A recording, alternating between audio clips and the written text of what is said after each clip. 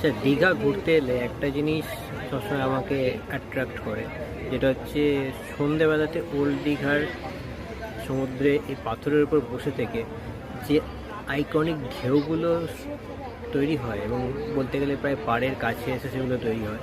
আর সেগুলো হঠাৎ হঠাৎ আচমকা আচমকা তৈরি হবে আর পাথরের ওপর এসে ঝাপটা দেবে। তো সেই জিনিসটা কিন্তু আমি দীঘা যতবারই আছি আমি কিন্তু সেটা মিস করতে পারি না। তো আজকেও তাই জন্যে ওল্ড দীঘাতে পাথরের ওপর বসে রয়েছি। আর তার সাথে এই আইকনিক যে ঢেউগুলো ছোট ছোট ছোট ছোট তৈরি হচ্ছে মাঝে মাঝে, এখন তৈরি হচ্ছে না, এখন আমি ভিডিও করতে যাচ্ছি এখনই তৈরি হচ্ছে না, এই যে চলে এলো একদম সামনে থেকে, একদম পাথরের মধ্যে। আমি একটু দূরে বসেছি কারণ আমি চাই না আমার জিন্স জুতো বা বুট এগুলো ভিজে যাক, সেগুলো যা হওয়ার আমি সকালে করবো। তো আশা করি আমার মতো এরকম ওল্ড দীঘার ঢেউয়ের ফ্যান তোমরা অনেকেই আছো।